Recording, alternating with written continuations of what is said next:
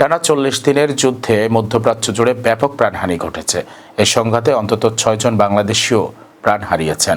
যুক্তরাষ্ট্র, ইসরায়েল ও ইরানের এই যুদ্ধে সবচেয়ে বেশি মানুষ নিহত হয়েছেন ইরান ও লেবাননে। মানবাধিকার সংস্থা HRAN এর তথ্য অনুযায়ী ইরানে নিহতের সংখ্যা ৩,৬৩৬ জন পর্যন্ত পৌঁছেছে। যদিও আন্তর্জাতিক রেড ক্রসের হিসাব অনুযায়ী তা প্রায় ১,৯০০। লেবাননে ইসরায়েলি হামলায় নিহত হয়েছেন ১,৫৩০ জন। এর মধ্যে অন্তত ১২৯ জন শিশু রয়েছে। ইরাকে নিহত ১১৭ জন, ইসরায়েলে ২৩ জন বেসামরিক নাগরিক এবং ১১ জন সেনা নিহত হয়েছেন। যুক্তরাষ্ট্রে ১৩ জন সেনা নিহত এবং ৩০০-র বেশি আহত হয়েছেন। সংযুক্ত আরব আমিরাতে ১৩ জন, কাতার ও কুয়েতে ৭ জন করে নিহত হয়েছেন। সিরিয়া ও পশ্চিম তীরে ৪ জন করে, আর বাহরাইন, ওমান ও সৌদি আরবে ২ জন করে প্রাণহানি হয়েছে। ফ্রান্সের একজন সেনা নিহত হয়েছেন।